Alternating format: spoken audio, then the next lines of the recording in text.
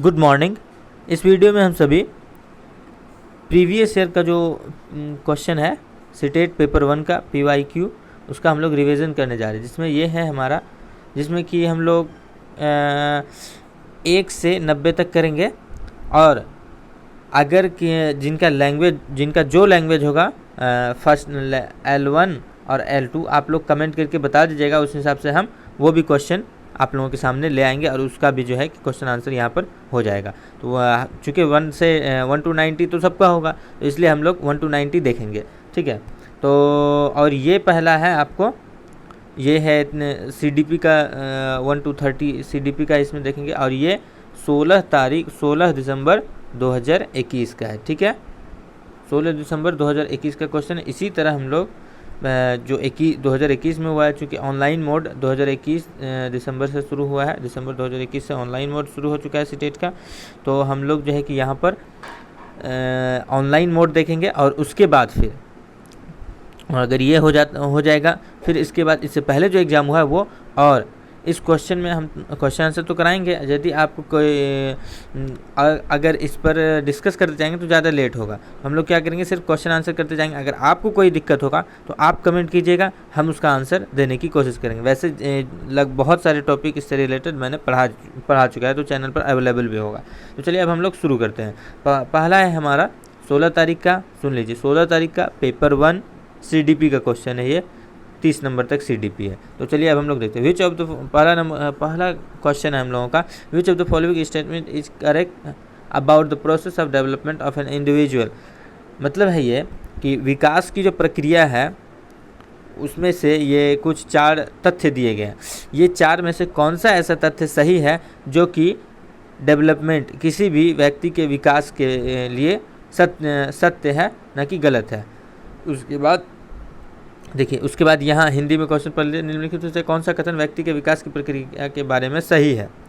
तो ये 4 ऑप्शन है, हिंदी वाले आप लोग भी देख लीजिए।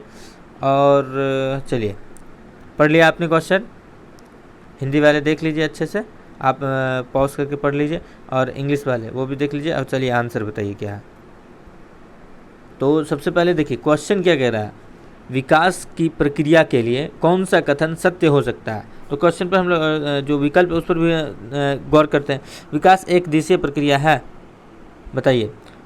नहीं है, विकास एक दिशा में नहीं होता है। विकास जो है, डेवलपमेंट जो है, मल्टी डायमेंशनल प्रोसेस है, मतलब बहुदिशीय प्रक्रिया है, बहुत सारी दिशाओं में होता है। और यह केवल व्यक्ति की आनुवंशिकता से प्रभावित होता है। आपने हेरिडिटी एंड एनवायरनमेंट पढ़ा होगा, हेरिडिटी एंड एनवायरनमेंट।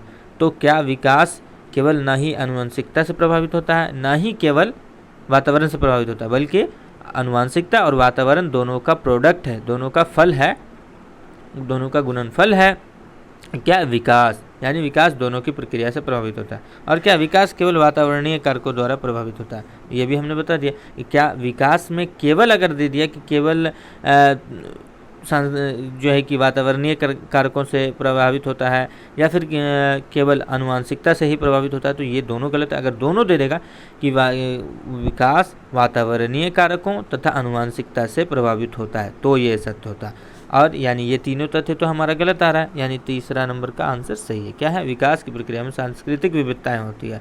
कैसे होती है ये तो आपने समझ रहा है। जिस समाज में बच्चा रहेगा उसी तरह का उसका बोली, विचार, भाषा हो जाता है ना। तो विकास की प्रक्रिया में यानी अलग अलग समाज की में जो बच्चे होते हैं उसका विकास अलग अलग संस्कृति के अनुसार होता है, ठीक है। तो अब हम लोग अगला देखते हैं। अगर आपका सही हुआ हो तो अच्छी बात है। आप टोटल जितना आपका आएगा ये 30 में, आप वो ज़रूर बता दीजिएगा कमेंट करके, ठीक ना। और इस वीडियो को अच्छे से देखिए और अच्छे से समझने की कोशिश कीजिए, क्योंकि हम भी बहुत अच्छे से समझाने की कोशिश कर रहे हैं।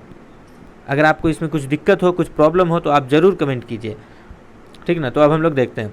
विच of the following question is an example of enhancing critical thinking in children. देखिए पहले आप पहले क्वेश्चन ही देख लेते हैं, फिर हम आपको अच्छे से समझाने की कोशिश करेंगे। Find out what people living around coastal area usually eat and why, ठीक है। उसकी पहले आप इंग्लिश देख लेते हैं, फिर हिंदी में। Name 10 states of India, write लिखने के लिए। Write tables from 2 to 10, memorise and recite the given poem. अब है हिंदी में कौन सा प्रश्न बच्चों में विवेचनात्मक चिंतन को बढ़ावा देने का एक उदाहरण है। पता करो कि तटीय इलाकों में नंबर 1, पता करो कि तटीय इलाकों में रहने वाले लोग क्या खाते हैं और क्यों। भारत के 10 राज्यों के नाम लिखो, 2 से 10 तक के पहाड़ी लिखो, दी गई कविता का स्वस्मरण करके वाचन करो। तो अब बताइए कि क्या सही है दोनों में से। अब हम आपको क्वेश्चन समझाने की कोशिश करते हैं।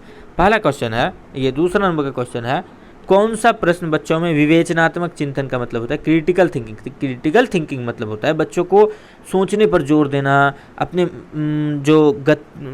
क्या बोलते हैं, अरे वो क्रिटिकल थिंकिंग, जैसे कि हाँ कॉग्निटिव जो थिंकिंग है उस पर जोर देना बच्चे को, मतलब ऐसा प्रश्न देना जिससे बच्चे खुद से उस प्रश्न पर सोचे, विचार करे, अपना दिमाग लगाने की कोशिश करे। तो अब सबसे पहले क्वेश्चन है, अगर हम बच्चों को बोल देंगे चलो 10 राज्य का नाम लिखो, अगर उसे भारत के 10 राज्य का नाम याद है तो फटाक से लिख देगा। 2 से 10 तक पहाड़ा लिखो, अगर उसे याद है तो फटाक से लिख देगा। और दी गई कविता का स्वस्मरण करो करके वाचन करो। तो अगर कक्षा कक्षा में जो किसी भी विषय के, जैसे हिंदी में कोई कविता है उसको याद करना है और सुना देना, तो इसमें कौन सा दिमाग का इस्तेमाल हुआ? नहीं ना, इसमें आपको बस याद करना है और सुना देना। और जो क्रिटिकल थिंकिंग है वो वाइड रेंज में आपको सोचने का मौका देता है ना। आप अलग अलग तरह से सोचिए किसी तथ्य के बारे में, फिर आप उसको आंसर दीजिए। इसमें तो आपको सोचने विचारने का कुछ समय नहीं है, कुछ मौका नहीं है, आपको जो दिया है बस वही याद करना है, वही लिखना है। अब है, पता करो कि तटीय इलाकों में रहने वाले लोग क्या खाते हैं और क्यों खाते हैं। तो अगर आप इसी में आपको ये पूछ देगा कि ये जैसे तटीय इलाकों में, समुद्री इलाकों में क्या खाते हैं और क्यों खाते हैं, तो इस तरह से आपको जो बच्चे हैं उसका क्रिटिकल थिंकिंग का विकास होगा। आप सीधा सा समझ लीजिए एक बात, ठीक ना, क्रिटिकल थिंकिंग या विवेचनात्मक थिंकिंग का एक पॉजिटिव अप्रोच है, ठीक है। इसको निगेटिव अप्रोच में नहीं लेना है। विवेचनात्मक चिंतन को कुछ लोग निगेटिव थॉट में ले लेते हैं, तो नहीं। क्रिटिकल थिंकिंग एक तरह का पॉजिटिव अप्रोच है जो कि बच्चों को सोचने का, समझने का अवसर प्रदान करती है। समस्याओं के समाधान हेतु सोचने का, समझने का और विभिन्न पहलुओं पर विचार करने का अवसर देती है, ठीक है। इसके बाद हम लोग देखते हैं अगला क्वेश्चन, जो क्वेश्चन नंबर 3 है। A stage of development explicitly emphasizes which of the following principle? Continuity of development, discontinuity of development, cultural factors that influence development, environmental factors in a development process। तो जो question है अब इसको हम लोग हिंदी में भी पढ़ लेते हैं। इन इंग्लिश वाले आप लोग देख लीजिए वीडियो रोक करके। विकास के चरणीय सिद्धांत नियमों में से किस पर स्पष्ट रूप से जोर देता है? ठीक है, विकास की निरंतरता, विकास की अनिरंतरता, विकास को प्रभावित करने वाले सांस्कृतिक कारक, विकास प्रक्रिया संबंधित वातावरणीय कारक। ठीक है, अब आप इसको अच्छे से समझिए। सबसे पहले क्वेश्चन क्या कह रहा है? चरणीय सिद्धांत आपको पता है? नहीं तो हम बताते हैं। विकास एक निरंतर प्रक्रिया है, ये तो हम जान रहे हैं, लेकिन चरणीय सिद्धांत के अकॉर्डिंग विकास निरंतर तो होता है, लेकिन हर व्यक्ति में अलग अलग तरीके से अलग अलग समय पर होता है। समझ रहे हैं? चरणीय सिद्धांत ये है कि विकास में निरंतरता तो होती है, लेकिन हर व्यक्ति में अलग अलग तरीके से अलग अलग समय पर होता है। कोई भी व्यक्ति एक जैसा नहीं दिखता है, सब में व्यक्तिगत विभिन्नताएं होती है। और एक सिद्धांत आपका ये भी है, व्यक्तिगत विभिन्नता का सिद्धांत। तो ये व्यक्तिगत विभिन्नता का सिद्धांत नहीं है, उस सिद्धांत को मिलाकर बना है। विकास में निरंतरता तो होती है, लेकिन हर व्यक्ति में अलग अलग समय पर अलग अलग तरीके से होता है, अलग अलग वातावरण के अनुसार होता है। तो इसलिए विकास का निरंतर सिद्धांत ये क्या, ये तो कंटिन्यूटी को बता रहा है मतलब। और यहाँ क्या चरणीय सिद्धांत है कि अलग अलग समय पर अलग अलग तरह से होता है, निरंतरता से यहाँ कोई बहस ही नहीं है। ठीक है, तो ये तो आपका छट गया। और उसके बाद विकास को प्रभावित करने वाले सांस्कृतिक कारक। अभी हमने बताया विकास को सांस्कृतिक कारक जो है कि प्रभावित तो करता है, लेकिन आपका जो अनुवांशिक गुण है वो भी इसमें अपना महत्व रखता है। ठीक है, तो ये भी हो जाएगा। इसमें एक चीज़ और कमी है कि अनुवांशिक गुण भी आना चाहिए। और विकास की प्रक्रिया संबंधित वातावरणीय कारक, तो आपको यहाँ पर एक चीज़ तो ऐसे छट गया कि इसमें अनुवांशिक नहीं है। और यहाँ पर आपको फिर क्या बच गया? अनिरंतरता। अनिरंतरता के बारे में हम आपको बता दिए। चरणीय सिद्धांत जो है कि ये दर्शाता है कि विकास निरंतरता से तो होता है लेकिन सब में अलग अलग होता है। तो आपको निरंतरता से यहाँ बहस नहीं है, हम निरंतरता का इस्तेमाल करेंगे तो फिर आप कन्फ्यूज हो जाइएगा। तो इस क्वेश्चन को थोड़ा समझने के लिए आपको ये दिमाग लगाना है, जैसे विकास देखिए हर व्यक्ति में अलग अलग समय पर अलग अलग तरीके से होता है, अलग अलग विकास होता है। जैसे हम बोलते हैं ना 5 वर्ष तक एक जो नॉर्मल बच्चा है वो एक क्लास में चले जाता है, ठीक है, 5-6 वर्ष तक एक क्लास में चले जाता है। लेकिन क्या सारा बच्चा चले जाता है? कुछ ऐसा बच्चा है जो स्पेशल चाइल्ड के रूप में कहलाता है ना, तो वो एक क्लास में नहीं जा पाता है क्योंकि उसमें उसका जो मानसिकता का विकास है वो सही से नहीं हो पाया या शारीरिक विकास नहीं हो पाया। तो ये विकास में अनिरंतरता है, ठीक है।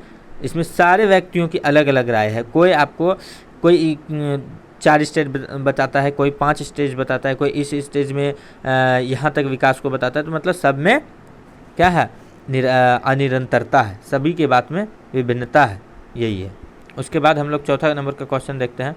Children's engagement with learning in school influenced by which of the following factors.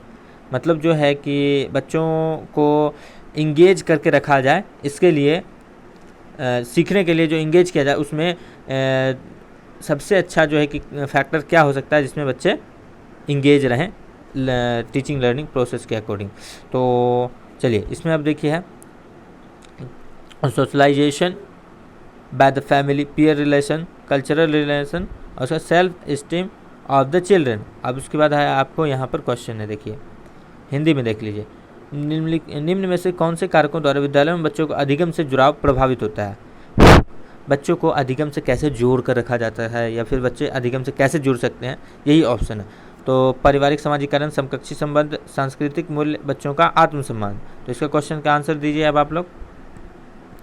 Question समझा क्या आपने? वैसे हमने समझाने की कोशिश की, फिर से हम समझा देते हैं। देखिए बच्चे टीचिंग लर्निंग प्रोसेस में एक्टिव रूप से कैसे रह सकते हैं या कहाँ कहाँ जो है बच्चों का अधिगम हो सकता है, बच्चे सीख सकते हैं। तो सीधी सी बात है, परिवार में समाजीकरण होता है, परिवार से बच्चे सीखते हैं। समकक्षी संबंध है, वहाँ भी बच्चे नए नए ज्ञान को क्या करते हैं, अब्जॉर्व करते हैं, नए नए ज्ञान को सीखते हैं, लेते हैं। सांस्कृतिक मूल्य वो भी कुछ ना कुछ बच्चों को सिखाता है, देता है। सांस्कृतिक मूल्य के अकॉर्डिंग बच्चे जो है कि अपने समाज के, अपने संस्कृति के, अपने परिवार के अकॉर्डिंग जीने का सलीका सीखते हैं। बच्चों का आत्मसम्मान, अगर बच्चे का आत्मसम्मान है तो बच्चे अपने आत्मसम्मान के हिसाब से भी बहुत कुछ सीखते हैं और उस सीखे हुए हिसाब से अपने आत्मसम्मान को बचाने हेतु बहुत सारे कार्य नहीं भी करते हैं।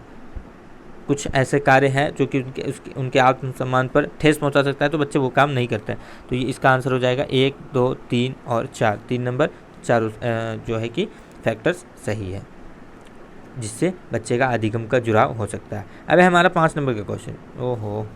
5 नंबर का क्वेश्चन, ठीक है, इसको समझने की कोशिश करें। अकॉर्डिंग टू जीन पियाजे, in pre operational stage of development are able to do reversible thinking.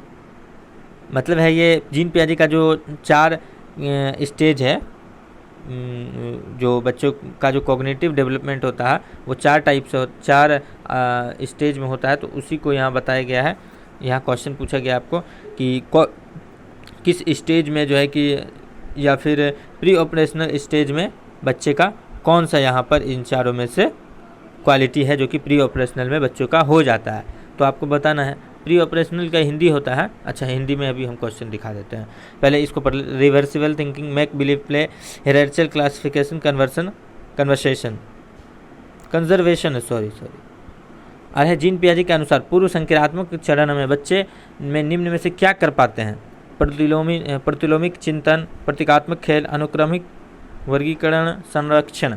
तो अब आपको आंसर इसका देना है। पहले क्वेश्चन समझ लीजिए, ठीक ना। पहले आप चलिए बताइए, क्वेश्चन समझिए। देखिए पूर्व संक्रियात्मक अवस्था है और सबसे पहले क्या है उनका सेंसरी मोटर स्टेज, जिसको इंद्रिय गामक अवस्था कहते हैं हिंदी में।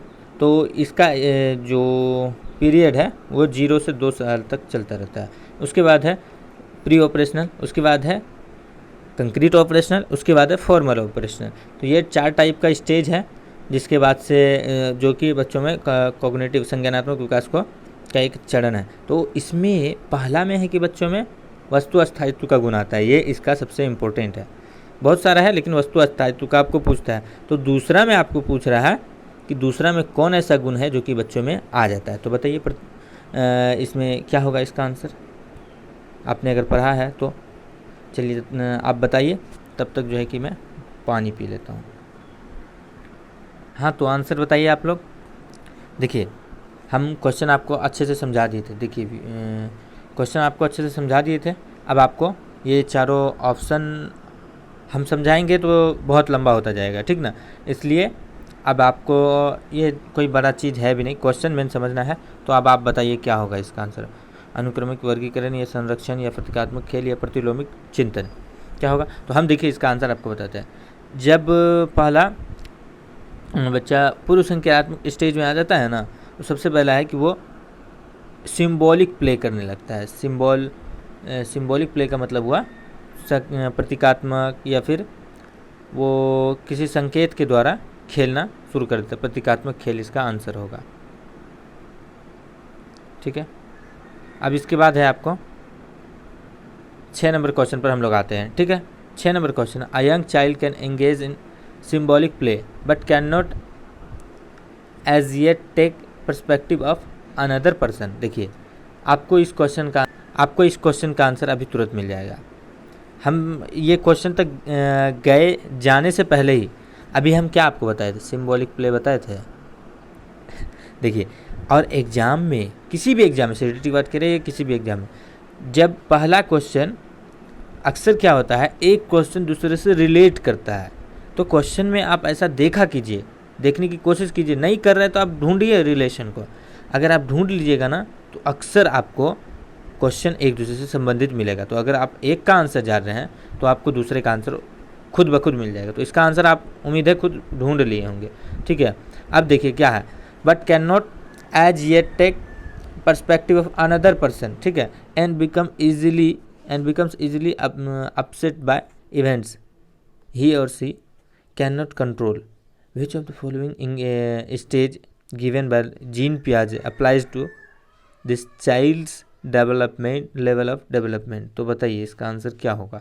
अब हम आपको जो है ना इंग्लिश भी पढ़ देते हैं, हिंदी भी पढ़ देते हैं। एक छोटी बालिका या बालक प्रतीकात्मक खेल कर पाती है, पर अभी दूसरे व्यक्ति का दृष्टिकोण नहीं समझ पाती है। मतलब समझ रहे हैं आप, खेल तो पा रही है लेकिन दूसरे की जो पक्ष है उनको नहीं समझ पा रही। वह अपनी पकड़ से बाहर की घटनाओं की वजह से आसानी से परेशान हो जाती है, ठीक है। जीन पियाजे द्वारा सुझाए गए चरणों में से कौन सा चरण इस बालिका के वर्तमान स्तर को अंकित करता है? तो बताइए, संवेदीगामक, पूर्व संक्रियात्मक, मूर्त संक्रियात्मक, औपचारिक। तो इसका आंसर आपको अभी हम जैसे ही बताए थे वहाँ पर प्री ऑपरेशनल था, यहाँ पर तो क्या था? सिंबॉलिक प्ले था। आपको यहाँ बस सिंबॉलिक प्ले है तो सीधा सा क्या हो जाएगा? प्री ऑपरेशनल, मतलब पूर्व संक्रियात्मक अवस्था। इसका आंसर हो गया आपको, ठीक है। अब आगे आपको नेक्स्ट क्वेश्चन क्या है? सातवां आपको बताना है। कोहलबर्ग का जो है वो मॉडल क्या है? मॉरल डेवलपमेंट का थ्योरी है, ठीक ना। Kohlberg's model of moral development has which of the following characteristics. तो इसमें आपको बताना है, stage of moral development are universal in natural. There is continuity in development of moral thinking. Moral development is not an orderly process. It is orderly process. It is entirely depend on environmental factors. उसके बाद moral development is dependent primarily on cultural values. तो ठीक है, English में था वो, अब हिंदी में पढ़िए। निम्नलिखित कौन सा अभिलक्षण कोहलबर्ग के नैतिक विकास मॉडल में सम्मिलित है? ठीक है, अभी नैतिक विकास के चरणों का स्वरूप सार्वभौमिक होता है। नैतिक विकास के नैतिक चिंतन के विकास में निरंतरता होती है। उसके बाद नैतिक विकास एक क्रमिक प्रक्रिया नहीं है, यह संपूर्ण रूप से वातावरणीय कारक पर निर्भर होती है। उसके बाद नैतिक विकास मुख्यतः सांस्कृतिक मूल्य पर निर्भर करता है। तो इसका आंसर आपको बताना है क्या होगा। चलिए बताइए इसका आंसर। क्वेश्चन समझाने वाला कोई बात नहीं है, इसमें क्वेश्चन आसानी है, आप खुद बना लीजिएगा। हम लाइक शेयर सब्सक्राइब करना नहीं बोलते हैं आपको, आप अच्छे से बस पढ़ाई कीजिए, ठीक ना। अगर आपको लगे कि कुछ सीख रहे हैं तो वो आप अपने लिए कर सकते हैं, जिससे आपको आने वाले वीडियो आप तक पहुंच पाए, लाइव सेशन आप तक पहुंच पाए, लाइव सेशन की जानकारी आपको मिल पाए, तो आप जो है कि लाइव में या फिर जुड़ पाएँ या फिर वीडियो का लाभ ले पाएँ इस वजह से। तो ठीक है, अब आपकी मर्जी है। अब आगे हम लोग क्वेश्चन देखते हैं। तो क्या है, कोहलबर्ग के नैतिक विकास में मॉडल में कौन सा जो है सिद्धांत यहाँ पर जो दिया हुआ है इसमें से सही है? तो सबसे पहले है कि नैतिक विकास जो है चरण का स्वरूप जो है सार्वभौमिक होता है, यूनिवर्सल होता है। ठीक है। इसके बाद अब हम लोग चलते हैं, लंबा बोलने लगते हैं। वीडियो देखिए कितना लंबा जा चुका है, 20 मिनट का जा चुका है। 8वें नंबर क्वेश्चन में ये हैं हम लोग। तो according to Vygotsky the zone of proximal development should be used for, देखिए वो आप जो है ना, अब आप लोग अपने से इंग्लिश पढ़िएगा, हिंदी हम सिर्फ पढ़ेंगे। लेवाइट्स्की के अनुसार निम्न में किसके द्वारा, किसके लिए, आप वीडियो रोक करके इंग्लिश पढ़ लीजिएगा और उसके बाद आप अपना आंसर दीजिएगा। समीपस्थ विकास का क्षेत्र का इस्तेमाल करना चाहिए। सबसे पहले देखिए, हम आपको ना एक इसको बोलते हैं स्कैप फोल्डिंग, ठीक ना, हम आपको अभी समझा देते हैं। स्कैप फोल्डिंग बोलते हैं, मतलब जो है ना zone of proximal development. Zone of proximal development जो है, zone of proximal development ZOP जो बोलते हैं, वो ये है। हम आपको अच्छे से समझाने की कोशिश करते हैं। देखिए आप यहाँ हैं, ठीक है, आपको पहुँचना यहाँ है, आप यहाँ तक दौड़ते दौड़ते दौड़ते आए, ठीक है। उसके बाद यहाँ एक क्या हुआ कि आप यहाँ क्या हुआ, थक गए। फिर हिम्मत जुटाई खुद से कि है हमको टारगेट पूरा करना है, चलो। फिर आप दौड़ करके यहाँ तक आए। यहाँ पर ऐसा हो गया कि नहीं, अब आप नहीं दौड़ सकते, ठीक ना। तो फिर क्या हुआ, एक बाह्य कोई कारक आया, कोई आदमी आया, आपको जूस पिलाने वाला आया, या फिर कोई भी अदर पर्सन आया, वो आपको बोला नहीं आप कर सकते हैं, आपको जीतने के बाद 5,000 रुपये मिलेगा, कोई अचीवमेंट का नाम बोल दिया। तो आप फिर क्या हुए, आप फिर एक मोटिवेट हुए और फिर अपने टारगेट तक पहुँचे। तो ये होता है, यहाँ पर से जो एक आपको हेल्प मिला, यही कहला जाता है, क्या बोलते हैं, इसी को स्कैप फोल्डिंग बोलते हैं। अब इसका जो है कि इंग्लिश में क्या दे रहा है, देखिए टीचिंग एंड असेसमेंट। हाँ, तो इसका आपको अब आंसर बताना है। इसमें आंसर पूछ रहा है समीपस्थ जो विकास का क्षेत्र है, ये किसके लिए इस्तेमाल करना चाहिए। तो बताइए आप अपने से, हम तो आपको ये समझा दिया, अब आप आंसर अपने दिमाग से लगा करके बताइए, फिर नहीं होगा तो हम बताएंगे ही। तो ठीक ना, आपने ZOP समझ लिया, जोन ऑफ प्रोक्सिमल डेवलपमेंट, समीपस्थ विकास का क्षेत्र बोलते हैं उसको, तो वो आपने समझ लिया। तो अब उसके अकॉर्डिंग जो है कि हम पढ़ाएंगे भी, ठीक ना, और उसके बाद बच्चों का मूल्यांकन भी करेंगे। मूल्यांकन कैसे करेंगे, यदि उसमें कुछ कमी बेसी, मूल्यांकन में 3 क्षेत्र होता है ना, आपने पढ़ा होगा, assessment for learning, as learning, of learning. तो उसी अकॉर्डिंग है, यदि कमी बेसी होगा तो हम बच्चे को समझाएंगे। सतत व्यापक मूल्यांकन का जो क्षेत्र होता है, उसके अकॉर्डिंग हम बच्चे को समझाएंगे, पढ़ाएंगे, सिखाएंगे। उसके बाद फिर उसका मूल्यांकन करेंगे। मूल्यांकन के भी दौरान अगर कुछ कमी बेसी है तो उसको हम कंप्लीट करने की कोशिश करेंगे, ठीक है। तो यही होगा आपका A। उसके बाद हम लोग 9 नंबर क्वेश्चन में आते हैं। एक विशिष्ट संप्रदाय को पढ़ाने के लिए, संप्रदाय मतलब एक टॉपिक हुआ या कॉन्सेप्ट हुआ, उसको पढ़ाने हेतु एक अध्यापिका बच्चे को आधा हल किया हुआ उदाहरण देती है। लेवाइट्स्की के अनुसार अध्यापिका किस रणनीति का इस्तेमाल करे। तो अभी हम आपको बताए थे, लेवाइट्स्की के अनुसार। अभी इसके फोल्डिंग जो आप एक वर्ड था यहाँ पर, इसको याद रखिएगा। इसके फोल्डिंग का हिंदी होता है पार, मचान, ढांचा नहीं, पार, मचान, इस तरह से होता है। तो लेवाइट्स्की के अनुसार हम क्या किए थे, थोड़ा सा कोई अदर पर्सन हेल्प किया था। तो यदि थोड़ा सा आपको कोई हेल्प कर रहा है, जैसे आप परीक्षा देने गए, वहाँ आपको कोई क्वेश्चन पूछ रहा है, तो अगर वहाँ पर कोई थोड़ा सा हिंट दे दिया, हिंट होगा जैसे कि आपको थोड़ा सा हेल्प दे दिया, तो यही सब होता है, स्कैफोल्डिंग के अकॉर्डिंग आता है। तो यहाँ पर आपको हो जाएगा, इस शिक्षिका ने जो थोड़ा सा हल करके बताया वो उसके लिए पार था, स्कैफोल्डिंग था, थोड़ा सा हेल्प था, माइनर हेल्प था। तो यही हो जाएगा आपका आंसर, क्या था, B 2। उसके बाद हमारा 10 नंबर का क्वेश्चन है। आप इंग्लिश में आप अपने से पढ़िए, हम आपको हिंदी में पढ़ करके समझाने की कोशिश करेंगे, क्योंकि ज़्यादातर जो प्रशिक्षु हैं या विद्यार्थी हैं वो हिंदी मीडियम से हैं, शिक्षक के अभ्यर्थी। तो अब इसके लिए हम लोग देखते हैं 10 नंबर का क्वेश्चन। निम्नलिखित में से कौन सी अभिवृत्ति एक प्रगतिशील कक्षीय माहौल के अनुसार है। प्रगतिशील कक्षा है वो जिसमें बच्चे की सक्रियता ज़्यादा होती है, बच्चे सक्रिय रूप से सीखते हैं। तो उम्मीद है आपको ये तथ्य जो मैंने अभी कहा उससे आपको बहुत हद तक आंसर ढूंढने में सहायता मिलेगी। अब क्या है, निर्णय निर्धारण में बच्चों की सहभागिता, भयमुक्त वातावरण की संरचना। देखिए ये क्वेश्चन जो है, इसका इंग्लिश अलग है, इसका हिंदी अलग है। यहाँ पर क्या है आपका, निम्नलिखित में से कौन सी अभिवृत्ति एक प्रगतिशील कक्षाई माहौल के अनुसार है, ठीक है। यहाँ पूछ रहा अनुसार है, और इंग्लिश देखिए इसका, नॉट, कौन नहीं है। The classroom environment of progressive classroom, मतलब सक्रिय जो कक्षा है उसका, will not have which of the following attitudes. यहाँ है कौन सा एटीट्यूड नहीं है और यहाँ बोल रहा है कौन सा एटीट्यूड है। तो आप देख लीजिए, इसमें हम तीनों समझा देते हैं, आंसर अब आप खुद निकाल लीजिएगा। देखिए, निर्णय लेने में बच्चों की सहभागिता, ये भी एक्टिव क्लासरूम का एक उदाहरण है। भयमुक्त वातावरण, बच्चों के को भय नहीं दिखाना, मार का या किसी भी प्रकार का भय नहीं दिखाना। विद्यार्थियों की व्यक्तिगत विभिन्नताओं का ध्यान रखना, ये भी है कि हम बच्चों जिनको जिस प्रकार की आवश्यकता है उनको हम उस प्रकार के जो है क्या बोलते हैं संसाधन या उसकी आवश्यकता की पूर्ति करेंगे। तो ठीक है, ये तीनों आंसर, ये तीनों जो है तथ्य या फिर ऑप्शन सही है, ये ऑप्शन उस हिसाब से गलत है। इंग्लिश के अकॉर्डिंग ये आंसर होगा, हिंदी के अकॉर्डिंग ये तीनों आंसर हो जाएगा। ठीक है, समझ में आ गया। आगे हम लोग बढ़ते हैं।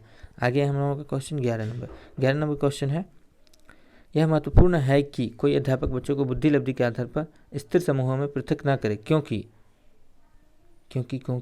अब आप बताइए क्योंकि यह अध्यापक के लिए असुविधाजनक है, विद्यार्थियों के लिए असुविधाजनक है, यह बच्चों को एक दूसरे के साथ अंतः सामूहिक प्रतिस्पर्धा नहीं करने देता, बुद्धि लब्धि संकल्पना अस्थायी नहीं है और यह बच्चों को चिन्हित करने के लिए जिम्मेदार हो सकती है। तो बताइए इसका आंसर क्या होगा।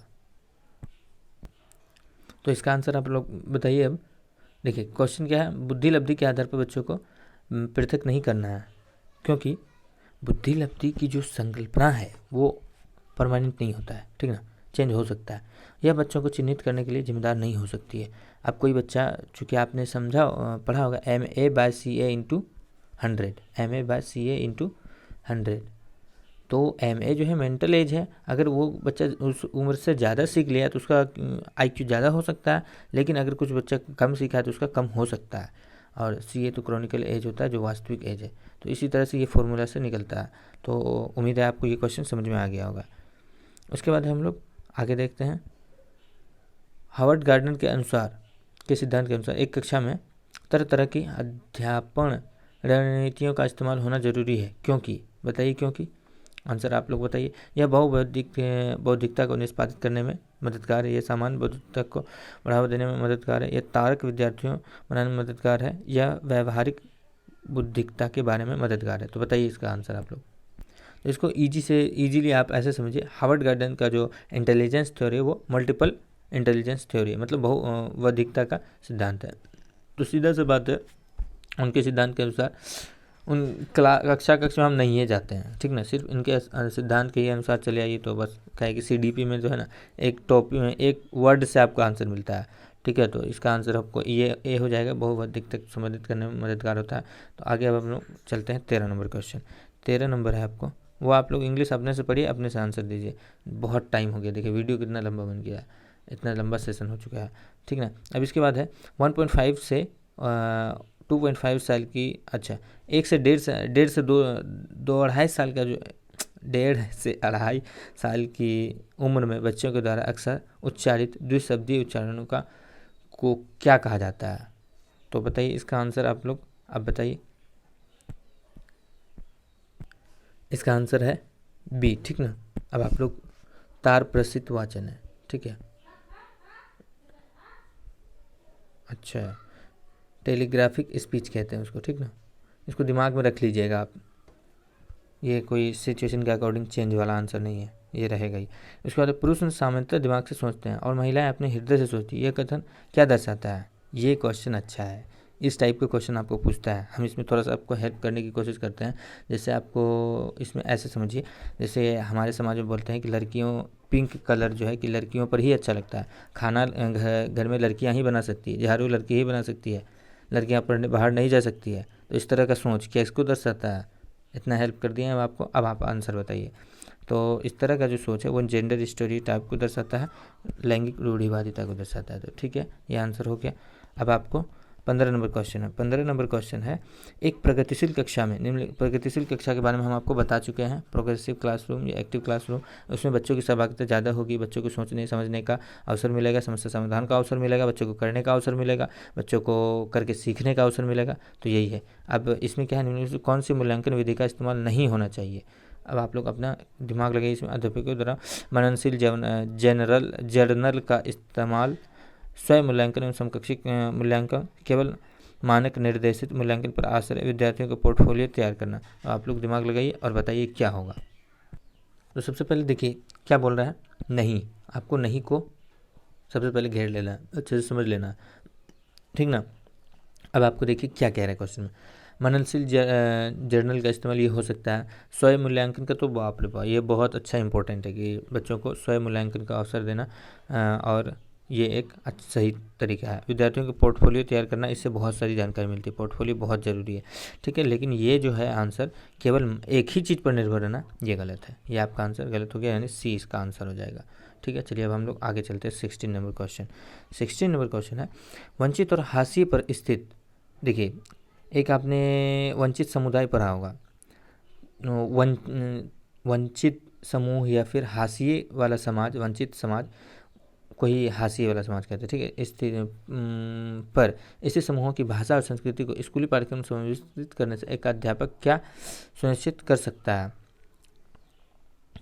इसके में है शिक्षा में समानता, शिक्षा में साम्यता, सुविधा वंचित समूहों के प्रति सहानुभूति, विशेषतः सुविधा वंचित समूहों के लिए व्यावसायिक शिक्षा। तो बताइए अब इसमें क्या हो सकता है, दिमाग लगाइए। हम आपने देखिए हर चीज़ में क्या है, अच्छा अभी हम नहीं बोलेंगे, पहले आप बताइए इसका आंसर, फिर हम समझाने की कोशिश करेंगे, ठीक। तो इसका आंसर आपने क्या बताया, अच्छा सबसे पहले देखिए हर चीज़ में क्या है, जो हमारा समाज है उसमें समतामूलक समाज की स्थापना करना है। आपने डीएलएड बीएड में पढ़ा होगा, हमने पढ़ाया है इसको लेकर के, बहुत सारे क्लास अपलोड है इस पर, ठीक ना। तो जो हर क्षेत्र में हमें क्या करना, समतामूलक समाज की स्थापना करना है, यानी जो शिक्षा व्यवस्था है वो भी समतामूलक होनी चाहिए। तो समता और समानता में क्या डिफरेंस है, थोड़ा सा फर्क है, वरना आंसर समानता भी हो सकता था, आप लोग इसमें कंफ्यूज हो सकते थे। तो इसको हम समझाने की आपको कोशिश करते हैं, समता और समानता को, उसको समझ लीजिए, इससे आपका बहुत सारा क्वेश्चन हेल्प होगा। ये देखिए साम्यता, जिसको कि समता, यहाँ पर थोड़ा सा कंफ्यूज करने के लिए वर्ड डिफरेंट डाला गया है। तो समता क्या कहता है, समता के अकॉर्डिंग जिसको जितना जितना ज़रूरत है वो उस मतलब जिसको विकास हेतु या फिर बराबर होने हेतु, जो ये तो हाशिया वाला समाज है, तो जो हमारा मेन समाज है विकसित समाज, उसके बराबर में आने के लिए उसको जितना संसाधन चाहिए वो देना।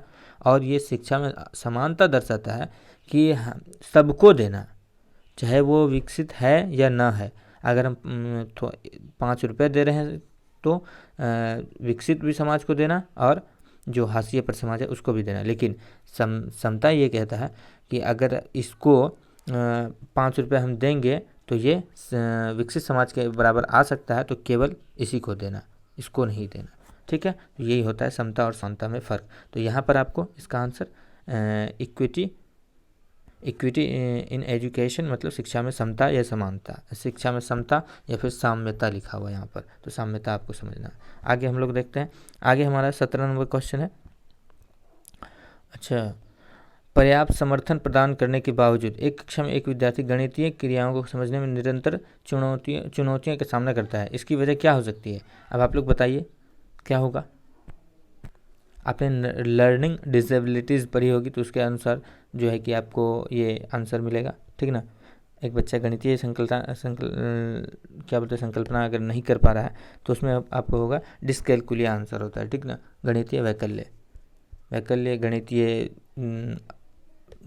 या फिर चलिए निर्योग्यता, आज गणितीय निर्योग्यता ये भी बोल सकते हैं, ठीक है। 18 नंबर क्वेश्चन, एक्चुअल वर्ड जो है ना जबान पर नहीं आ पाता है, तो उसके लिए कभी कभी हो जाता है। उसके लिए अब हम लोग 18 नंबर क्वेश्चन देखते हैं। नेक्स्ट है हमारा 18 नंबर क्वेश्चन है, एक समावेशी संस्था में एक श्रव्य बाधित विद्यार्थी को शिक्षा हेतु तो कौन सी रणनीति प्रभावित नहीं होगी। तो आपको ये ऑप्शन पढ़ लीजिए। वीडियो या चलचित्रों के प्रदर्शन शीर्षकों का इस्तेमाल, पढ़ाते हुए अभिभावक शारीरिक गतिविधियों और संकेतों का इस्तेमाल, मौखिक संप्रेषण के साथ साथ शाब्दिक चित्रित संप्रेषण का इस्तेमाल, संप्रेषण हेतु मुख्यतः मौखिक माध्यम पर ही आश्रित रहना। और एक बात सुनिए, समावेशी माहौल या समावेशी शिक्षा किसको कहते हैं। समावेशी शिक्षा वो है, पहले शिक्षा व्यवस्था 4 प्रकार की है, ठीक ना। एक है सामान्य, हम आपको समझाने की कोशिश करते हैं। एक है सामान्य, दूसरा है विशेष, तीसरा है एकीकृत, इसको इंटीग्रेटेड बोलते हैं, एकीकृत और चौथा है समावेशी। तो सबके बारे में हम आपको समझा देते हैं। और अभी जो शिक्षा व्यवस्था हमारी चल रही है वो समावेशी शिक्षा व्यवस्था है। पहले थी सामान्य। सामान्य में क्या है कि केवल सामान्य बच्चों को शिक्षा देना। विशेष में क्या है कि विशेष को अलग करके शिक्षा देना, और विशेष को विशेष विश्वविद्यालय में मतलब विशेष शिक्षकों द्वारा अलग अलग तरीके से शिक्षा देना। एकीकृत में क्या था कि दोनों को एक साथ करके शिक्षा देना, लेकिन जो विशेष बच्चे हैं उस पर उसके लिए विशेष संसाधन का क्या बोलते हैं कि इस विशेष संसाधन का जो प्रदान करना है बच्चों को, जिसको चाहिए विशेष संसाधन उपलब्ध न कराना नहीं कराया जाता था एकीकृत में। लेकिन समावेशी में क्या है, विशेष और सामान्य को एक साथ ही पढ़ाएंगे, और अगर विशेष को विशेष आवश्यकता चाहिए तो उसको विशेष आवश्यकता प्रदान करेंगे। ठीक है, समझ में आ गया? यही है समावेशी शिक्षा व्यवस्था। तो अब आप बताइए कि आंसर क्या होगा इसका। इसका में देखिए, आप सबसे पहले नहीं पर ध्यान दीजिएगा, प्रभावित नहीं होगी, ठीक ना। तो वीडियो या चलचित्रों के माध्यम से उपशीर्षकों का इस्तेमाल ये सब कर सकते हैं। अगर आपको हिंदी में कहीं कहीं दिक्कत हो ना, तो आप इंग्लिश भी करके देख लीजिएगा एग्जाम में। इंग्लिश से भी आप समझ के पढ़ लीजिएगा, इंग्लिश से भी आंसर बहुत सारा मिल जाता है। जैसे अभी हमने क्वेश्चन देखा, एक क्वेश्चन क्या था, हिंदी और इंग्लिश में दोनों में अलग अलग था। तो पढ़ाते हुए अभिव्यक्तिक शारीरिक विधियों और संकेतों का इस्तेमाल ये सब करना सही है संप्रेषण। चूँकि हमने आपको क्या बताया, समावेशी शिक्षा के अंतर्गत उसे विशेष संसाधन प्रदान करना। तो ये भी एक विशेष संसाधन में ही आएगा कि हम उसको अलग अलग तरह से समझाने की कोशिश कर रहे हैं। मौखिक संप्रेषण के साथ साथ शाब्दिक चित्रित संप्रेषण का इस्तेमाल करना, ये भी हो जाएगा। लेकिन ये नहीं होगा कि केवल एक ही चीज़ पर हम केंद्रित रहें, ये गलत बात है समावेशी शिक्षा के अंतर्गत। तो उम्मीद है आपको ये भी क्वेश्चन समझ में आ गया। अब हम लोग चलते हैं 19 नंबर क्वेश्चन। ये जो सेशन बहुत लंबा हो रहा है, इसलिए हम लोग इसमें हो सकता है कि केवल सीडीपी को ही देखें। अगला जो सेशन होगा उसमें हम लोग अगला सीडीपी के बाद मैथ और उसके बाद ईवीएस, तीनों को हम लोग देखने की कोशिश करेंगे। 1 to 90 तो हम लोग का चलेगा ही। उसके बाद अगर किसी का स्पेशल लैंग्वेज होगा तो आप लोग वो भी कमेंट करके बताइए, उसको भी हम लोग समझने की कोशिश करेंगे। और मेरे समझाने का तरीका कैसा लग रहा है वो भी आप लोग ज़रूर बताइएगा। उसके बाद हम लोग चलते हैं 19 नंबर। 19 नंबर क्वेश्चन है हमारा, निम्नलिखित में से किस कक्षाई प्रक्रिया का विश्लेषण किसी अध्यापक के वंचित समूहों के प्रति गढ़ित गूढ़ प्रभावों पर उजागर कर सकता है। तो अब आपको बताइए, ये सब तो हमको भी नहीं समझ में आ रहा है, इंग्लिश देखना ही पड़ेगा इसका। तो खैर आप देख लीजिए अच्छे से, इंग्लिश के ऊपर से हम लोग आ चुके हैं, आप इसको अब आप देख लीजिए। हम आपको और क्वेश्चन आप अपने से पढ़ लीजिए और इसका आंसर देने की कोशिश कीजिए। तो इसका आंसर बताइए आप लोग। देखिए, ये जो आपको बता रहे हैं ना, गढ़ित गूढ़ पूर्वाग्रह, ये एक निगेटिव भावना है। इसके अकॉर्डिंग जैसे कि कोई बच्चा आया, उसको उसकी उसके सामाजिक स्थिति के अकॉर्डिंग हम उसको अलग कर देंगे, तो यही आपको गूढ़ पूर्वाग्रह समझा जाएगा, ठीक ना। गढ़ित गूढ़ पूर्वाग्रह के रूप में देखा जाएगा। जैसे अगर कोई गरीब है तो हम उसको पीछे बैठा दिए, या फिर कोई अमीर फैमिली से है तो उसको आगे कर दिए, तो यही सब एक निगेटिव भावना को दिखाएगा। तो इसका आंसर आप लोग बताइए क्या होगा। इसका आंसर आपको होगा लिंग, जाति और आर्थिक श्रेणी के आधार पर निर्धारित आसन व्यवस्था। मतलब जैसे कि अब कोई बच्चा पिछड़ी जाति से आ रहा है, गरीब है, आर्थिक श्रेणी का मतलब गरीब है, पिछड़ी जाति है, या फिर लड़का है या लड़की है, तो इस तरह से अगर हम उसके लिंग के, जाति के, आर्थिक श्रेणी के आधार पर या फिर सामाजिक स्थिति के आधार पर अगर हम उसके अलग अलग बैठने की व्यवस्था करते हैं, तो ये हमारे गढ़ित गूढ़ पूर्वाग्रह को बताता है। इसका इंग्लिश क्या है, एक बार हम लोग देखने की कोशिश करते हैं। इसका इंग्लिश है डीप सीटेड टीचर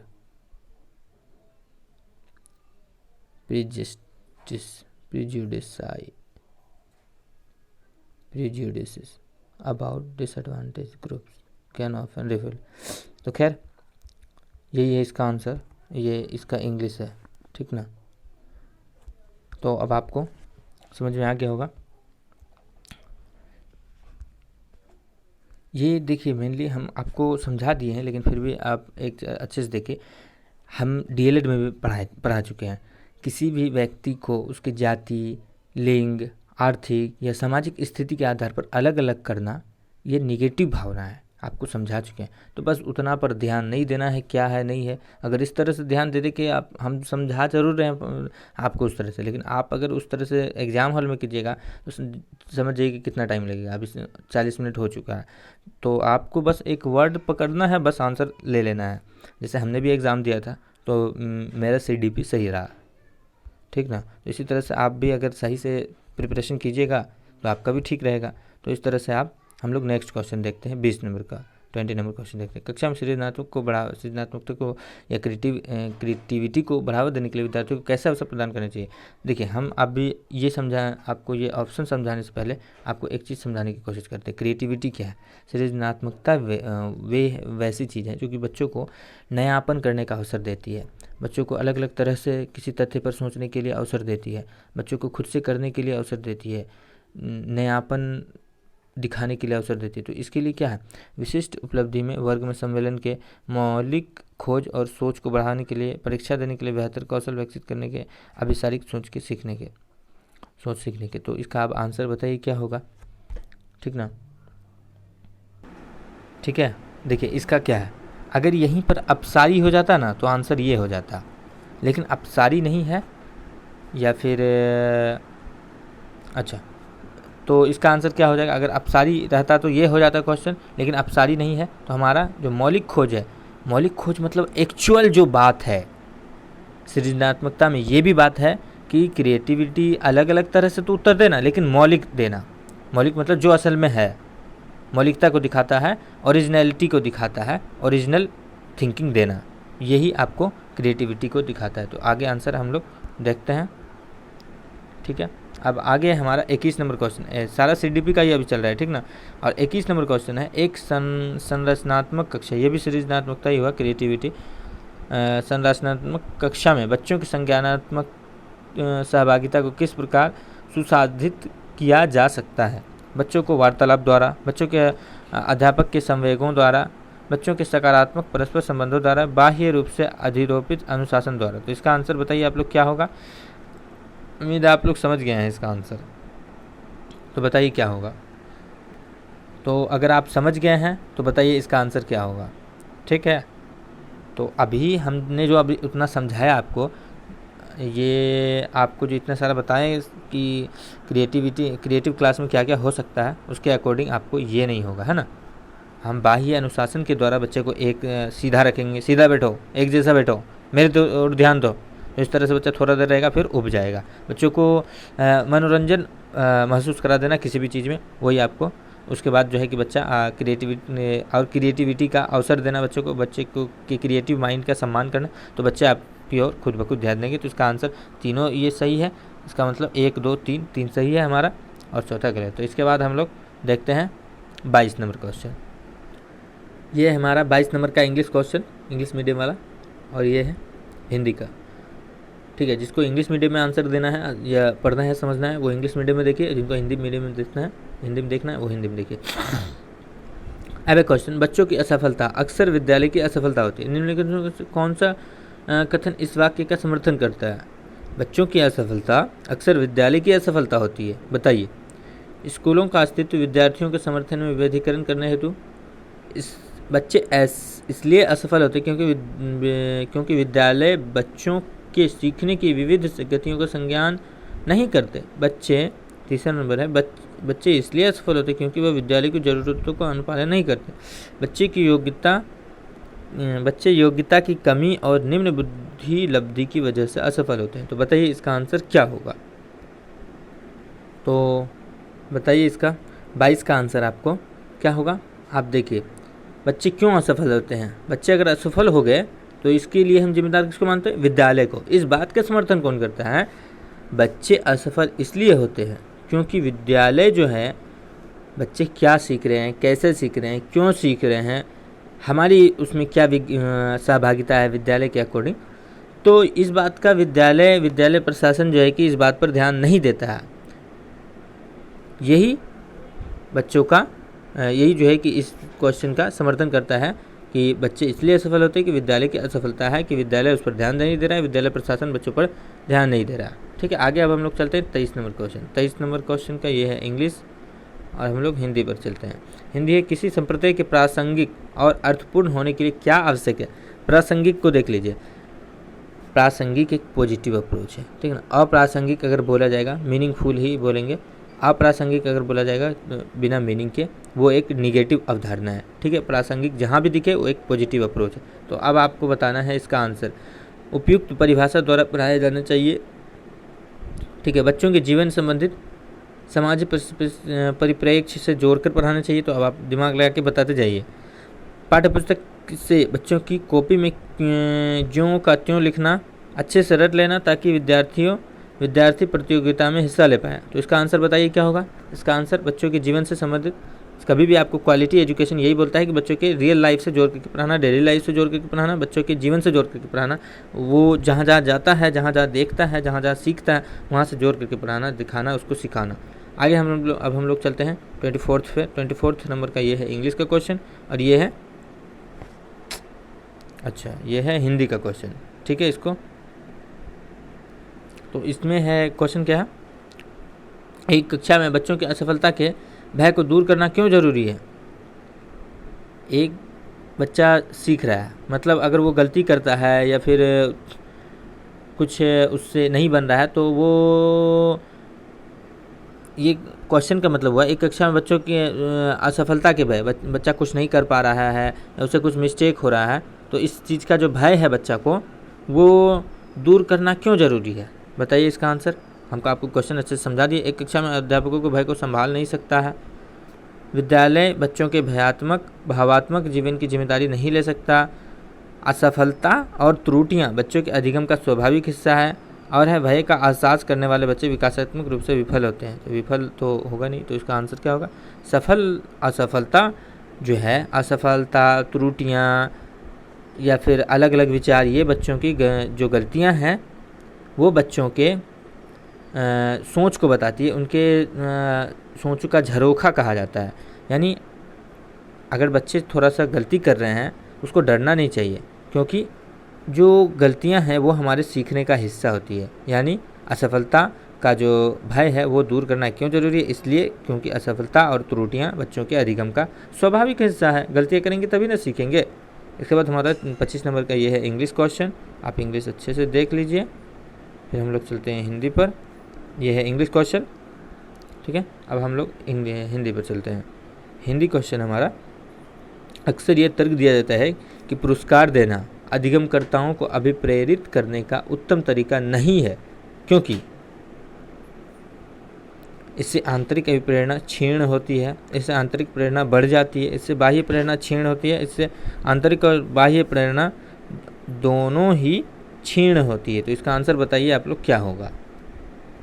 तो देखिए, पुरस्कार देना या फिर किसी भी प्रकार का लोभ देना या फिर कोई भरोसा देना किसी चीज़ का कि तुम अगर ये कर लोगे तो हम कोई अचीवमेंट का भरोसा देना, कुछ देंगे, तो इस तरह से ये सब चीज़ें जो है बच्चे के का जो है कि बाह्य अभिप्रेरणा होता है, लेकिन आंतरिक अभिप्रेरणा को नुकसान देता है या फिर क्षीण होता है, उसके लिए नुकसान,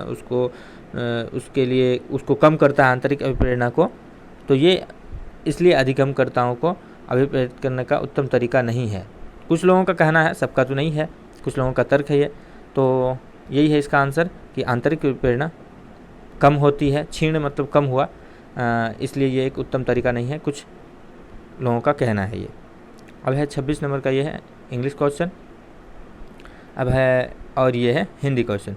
निम्नलिखित अभिलक्षणों का कौन सा दल उत्तम समस्या समाधान कर्ताओं को इंगित करता है।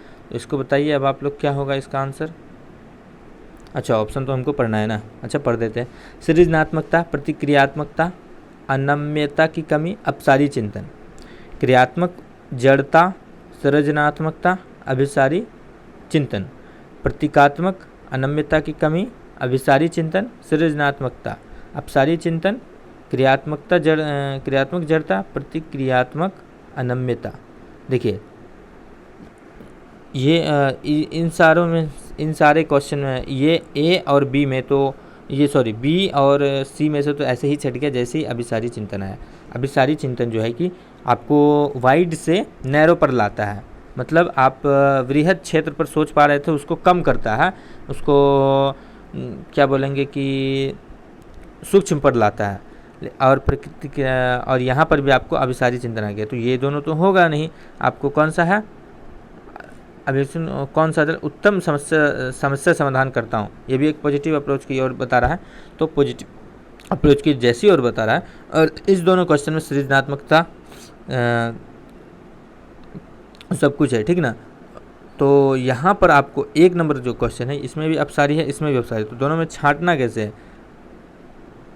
तो यहाँ पर जो है प्रतिक्रियात्मक अनम्यता की कमी, इस वजह से दोनों क्वेश्चन डिफरेंट हो जाता है, इसलिए इसका आंसर आपको ए हो जाएगा, ठीक है। सृजनात्मकता, प्रतिक्रियात्मक अनम्यता की कमी और अपसारी चिंतन, ठीक है। इसमें आपको समझ में आ गया। ये है 27 नंबर का इंग्लिश क्वेश्चन, ठीक ना, इसको देखिए। और ये है हिंदी क्वेश्चन। शिक्षिका के विद्यार्थियों की खासकर सुविधा वंचित वर्ग के लिए सफलता एवं असफलता के बारे में विचार अक्सर उनके सीखने व अभिप्रेरणा को प्रभावित करते हैं। इस संदर्भ में कौन सा कथन सही है। एक शिक्षिका है, वो जो है कि यहाँ पर विद्यार्थी दिया है, लेकिन विद्यार्थी में भी खास करके वंचित वर्ग या हाशिया पर वाला समाज, उसके बारे में बता रहा है। उसकी जो सफलता है, असफलता है या असफलता है, उसके विचार के बारे में कि अक्सर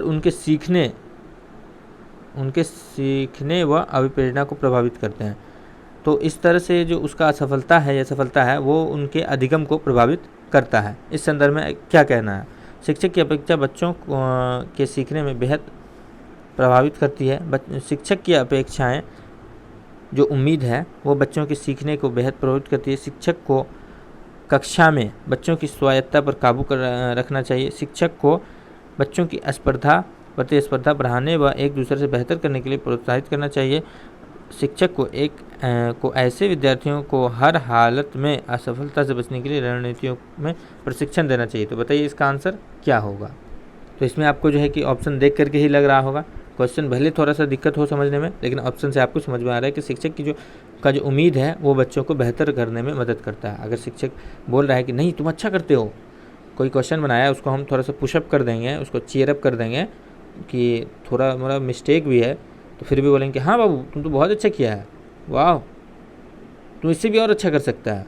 तो बच्चा क्या करेगा, जो प्रश्न है उसको फिर से बनाएगा और उसको उससे भी बेहतर बनाने की कोशिश करेगा। तो यही है। आगे हम लोग देखते हैं 28 नंबर का, ये है इंग्लिश क्वेश्चन। और अब हम लोग हिंदी चलते हैं। हिंदी शिक्षिका कक्षा में सकारात्मक रूप से सीखने का वातावरण किस प्रकार सुनिश्चित कर सकती है। तो बताइए, एक तय एवं निर्धारित समय सारणी का अनुपालन करके, पुरस्कार एवं सजा का प्रयोग कर, बच्चों को अनुशासित रखकर, बच्चों के संवेगों को सीखने की प्रक्रिया का हिस्सा बनाकर, बच्चों की क्षमता के आधार पर उनका विभेदीकरण करके एवं अलग अलग समूह बनाकर। तो इसका आंसर बताइए क्या होगा आप लोग। तो क्वेश्चन तो आपको समझ में आ ही गया है। जो लर्निंग है उसको पॉजिटिव रूप से बढ़ाने के लिए हम क्या क्या कर सकते हैं। एक तय निर्धारित सीमा का अनुपालन करना। तो बच्चे जो है ना थोड़ा सा लचीला फ्लेक्सिबल खोजते हैं, फ्लेक्सिबिलिटी खोजते हैं, तो ये तो नहीं होगा, ठीक ना। ये आंसर ये ऑप्शन गलत हो जाता है। पुरस्कार एवं सजा, ये तो ऐसे ही कट गया। उसके बाद है बच्चों की क्षमता के आधार पर उनका विभेद करना, ये भी तो गलत है ना। किसी की क्षमता के आधार पर उनको अलग अलग नहीं करना है, ये तो सीधा ही निगेटिव भावना। और बच्चों के संवेगों को सीखने का हिस्सा, बच्चों की जो इमोशंस है, भय है, क्रोध है, घृणा है, जो उनका जो संवेग है, इमोशंस है, उनको हम सीखने का हिस्सा बना लें तो बच्चे ज़्यादा सीखेंगे। बच्चे अगर कुछ करते हैं तो उसको हम उसको खुशी देंगे, हाँ तुम तो बहुत अच्छे किए हो, उनको ज़्यादा से ज़्यादा क्या बोलते हैं कि प्रोत्साहित रखेंगे कक्षा में, तो वे ज़्यादा सीखेंगे। आगे हमारा 29 नंबर का ये है इंग्लिश क्वेश्चन, देख लीजिए। उसके बाद ये है हिंदी क्वेश्चन। हिंदी में हम लोग पढ़ लेते हैं। क्या एक शिक्षक को कक्षा में एक सत्ताधारी व्यक्ति के रूप में देखा जाना चाहिए जिसे कोई चुनौती न दे सके। तो बताइए। हाँ, इससे विद्यार्थियों को शिक्षक आज्ञा पालन में आदर करने के मूल्यों की सीख मिलती है। हाँ, केवल ऐसा शिक्षक ही विद्यार्थियों को स्पष्ट मार्गदर्शन एवं यथार्थिक संज्ञानात्मक स्पष्टता प्रदान कर सकता है? नहीं, विद्यार्थी ऐसे शिक्षकों से प्रश्न पूछने में हिचकते हैं जिससे उनकी सांप्रदायिक स्पष्टता में कमी रह जाती है। नहीं, आज के तकनीकी युग में शिक्षक विद्यार्थियों के अधिगम प्रक्रिया में अप्रासंगिक है। तो बताइए इसका आंसर क्या होगा आप लोग? तो सबसे पहले अब आपको एक चीज़ दिमाग लगाना है, शिक्षक जो है वो कक्षा NCF 2005 के अनुसार शिक्षक को एक फैसिलिटेटर बना करके कहा गया है। क्या?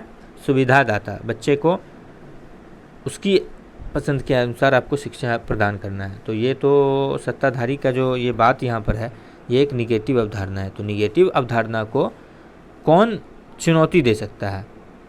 कौन इसको गलत ठहरा सकता है? तो नहीं, ये गलत है। ऐसे शिक्षकों से प्रश्न पूछने में विद्यार्थी हिचकते हैं जिनका जो उनका कॉन्सेप्ट है वो क्लियर नहीं हो पाता। अगर कुछ हम समझाएं मैथ्स का सवाल, वो नहीं समझ पाया तो हमसे नहीं पूछ पाएगा। अगर हम एक टाइट रहेंगे कक्ष में तो कुछ भी करने पर उसको लपेट के मार देंगे, तो इस तरह से बच्चा हमसे नहीं पूछ पाएगा, जिससे उसका जो कॉन्सेप्ट है किसी भी टॉपिक पर वो सही नहीं बन पाएगा, वो नहीं सीख पाएगा। और ये जो क्वेश्चन है, नहीं, ये दोनों तो आपको ऐसे ही गलत गया, चूँकि ये नेगेटिव भावना है और ये भी उसको क्या बोल रहे हैं कि उसको प्रमोट कर रहा है, तो ये गलत है।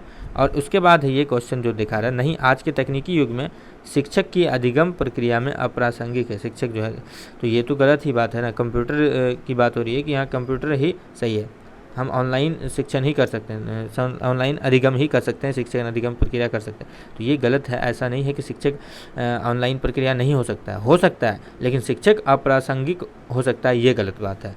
शिक्षक के बगैर तो शिक्षण अधिगम प्रक्रिया हो ही नहीं सकती। अप्रासंगिक जहाँ पर आता है ये एक निगेटिव भावना है, हमने पहले आपको बता दिया। प्रासंगिक एक पॉजिटिव भावना है, तो अप्रासंगिक भी बताया था कि एक निगेटिव भावना है, तो आपको ये ले करके चलना है। चलिए अब हम लोग आगे देखते हैं last number question, 30 number question है ये CDP का लास्ट क्वेश्चन। इसको भी देख लीजिए आप लोग, ये पेपर 1 का है, तो आप लोग इसको देखिए अच्छे से। 30 नंबर क्वेश्चन में क्या है? कक्ष में परिचर्चा के दौरान क्या एक शिक्षिका को विद्यार्थियों के गलत उत्तर सही करने चाहिए? हाँ, बच्चों की त्रुटियों को तुरंत संशोधन करना चाहिए? नहीं, बच्चों की अभिव्यक्ति करने के लिए प्रोत्साहित करना चाहिए बिना गलत होने के भय के। गलत उत्तर हमेशा संज्ञानात्मक अस्पष्टता की कमी को दर्शाते हैं एवं इन्हें हमेशा सुधारना चाहिए। बच्चे स्कूल में सही जानकारी प्राप्त करने के लिए आते हैं, इसलिए उनके उत्तरों को तुरंत सुधारना चाहिए। तो इसका आंसर आप लोग बताइए क्या होना चाहिए? तो देखिए, इसमें सबसे पहले है आपको ये समझना है, अगर बच्चा कोई गलत बनाया है तो हम उसको तुरंत नहीं बताएंगे ज़रूर, लेकिन तुरंत नहीं बताएंगे। बच्चों को पहले जो वो जिस मूड में है उसके अकॉर्डिंग, उसके मूड के अकॉर्डिंग हम लोग चलने की कोशिश करेंगे। बच्चा अगर बनाया है तो वो हमें बताएगा कि हाँ हम ऐसे ऐसे बनाए हैं, तो इसके लिए उसको थोड़ा प्रोत्साहित करना है। नहीं, बच्चों को की जो अभिव्यक्ति है उसको वो बताने के लिए, अब बच्चों की अभिव्यक्ति को समझने के लिए शिक्षक जो है और बच्चे के जो अंतर्भाव है उनको देखने के लिए हमें उसे प्रोत्साहित करना चाहिए बिना गलत होने के भय के। अगर हम बच्चे को बता देंगे गलत है तो बच्चा तो वहीं पर रुक जाएगा। तो बच्चे को तुरंत गलत नहीं बताना है, उसके अभिव्यक्ति को देखना है, समझना है, वो किस प्रकार से अपनी बातों को अभिव्यक्त कर पाता है, ये देखना है। फिर हम लोग उसको बताएंगे, एक बतौर शिक्षक आप बताइएगा कि नहीं बाबू ऐसे ऐसे, ये ऐसे भी हो सकता है। तो डायरेक्ट उसको नहीं बताना है कि गलत है, या डायरेक्ट उसका काट नहीं देना है कि गलत है, या डायरेक्ट सही भी आप नहीं मार सकते हैं, क्योंकि प्रश्न तो सही है नहीं, गलत है। तो आपको अपनी अकॉर्डिंग सिचुएशन के हिसाब से आपको समस्या का समाधान करना है, ठीक ना। तो उम्मीद है आपको ये सेशन आपको समझ में आया होगा। और हमारे ये 30 जो CDP का क्वेश्चन है, इसको ये कोई फालतू सेशन नहीं है, आप समझिए। आपको ऐसा YouTube पर बहुत मिल जाएगा जो कि आपको क्वेश्चन आंसर करा देता है। एक एक क्वेश्चन आपको इस तरह से समझाने की कोशिश हमने की है, जो मुझे नहीं लगता है कि एक भी क्वेश्चन में आपको कोई कमी रही होगी। तो अगर कमी रही होगी तो आप कमेंट करके बताइएगा, और अगर ये समझ में आई है बातें तो इसको पढ़िए और अच्छे से बनाने की कोशिश कीजिए, और इस कॉन्सेप्ट के अकॉर्डिंग आप नेक्स्ट CDP का क्वेश्चन बनाने की कोशिश कीजिए। और जो बचा हुआ है ये मैथ्स और EVS है, उसको हम समझाने की कोशिश करेंगे। और EVS का जो पेडागोजी है वो भी हम अपलोड कर चुके हैं चैनल पर, उसको भी समझने की कोशिश कीजिए। 15 नंबर का जो पेडागोजी है वो बता दिए हैं। तो ठीक है, फिर मिलते हैं नेक्स्ट वीडियो में। अगर वीडियो अच्छा लगा हो ना, सही बात बता रहे हैं, बहुत मेहनत लगता है बनाने में, पढ़ाने में, समझाने में। तो अगर वीडियो अच्छा लगा हो तो आप सब्सक्राइब भी कर दीजिए, लाइक भी कर दीजिए, और अपने जो पीयर ग्रुप्स हैं, जो फ्रेंड हैं, उनके भी साथ शेयर कर दें, ताकि वो भी इस चैनल के माध्यम से कुछ लाभ ले पाएँ और मुझे भी कुछ लाभ मिल पाए। ठीक है, फिर मिलते हैं नेक्स्ट वीडियो में। देखने के लिए आपको बहुत बहुत शुक्रिया।